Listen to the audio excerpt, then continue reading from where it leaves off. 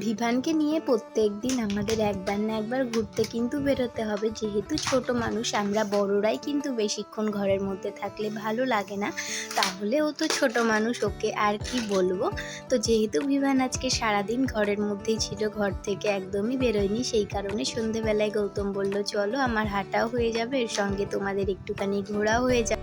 এটা ভেবেই বেরোচ্ছি, তবে যেটা আশা করিনি সেটাও কিন্তু আজকে পূরণ হয়েছে। আর এখন যেহেতু বাসন্তী পুজো হচ্ছে, সেই কারণে কিন্তু বাসন্তী ঠাকুরটাও দেখা হয়ে যাবে।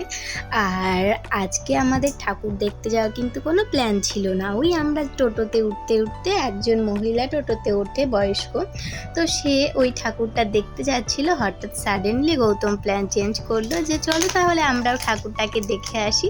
আর যেই ভাবনা সেই কাজ। প্যান্ডেলটা কিন্তু ভীষণ সুন্দর করে সাজিয়েছে, যেহেতু একদম মেন রোডের ধারে একটুখানি জায়গা নিয়ে।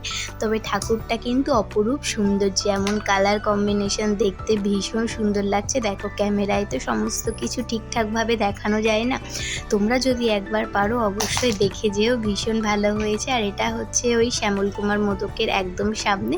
আর ওই যে ছোট্ট একটা দেখছো, ওটা একটা 5 বছরের শিশু বানিয়েছে ক্লে দিয়ে। ওই এয়ার ড্রাই যে ক্লেগুলো হয় সেটা দিয়ে ছোট্ট মা দুর্গা এবং মহিষাসুর মা দুর্গা ওই বাসন্তী ঠাকুরটাকেই বানিয়েছে।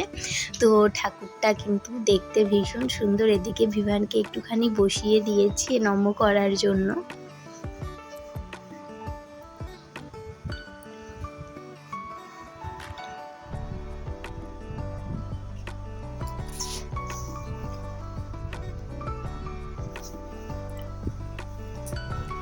আমার দেখা এখানেই একমাত্র এই ঠাকুরটাই হয়, তবে আর কোথাও হয় কি না আমার জানা নেই। আর এদিকে কিন্তু একটা খেলনা বেলাও বসেছে, যেহেতু বাজারে আরও কয়েকটা কাজ আছে, সেই কারণে কিন্তু ভিভানকে যে কোনো খেলনা কিনে দেবো এই কথাটা আমাদের মাথা থেকেই বেরিয়ে গিয়েছিল। আর ভিভানও যেহেতু সেরকম জেদ করেনি, সেই কারণে ভিভানকে আজ কিন্তু সেরকম বেলুন টেলুন কিনে দেওয়া হয়নি। হ্যাঁ, তবে অন্য একটা খেলনা কিন্তু অবশ্যই কিনে দিয়েছি, সেটা তোমাদের আমি নেক্সট ভ্লগে দেখাবো।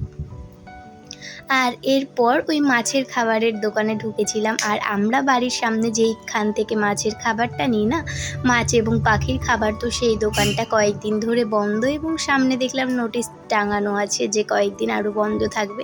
তবে পাখিগুলো তো দুদিন না খেয়ে আছে, সেই কারণে কিন্তু পাখিগুলোর খাবার ওই দূর থেকে গিয়েই আনতে হলো।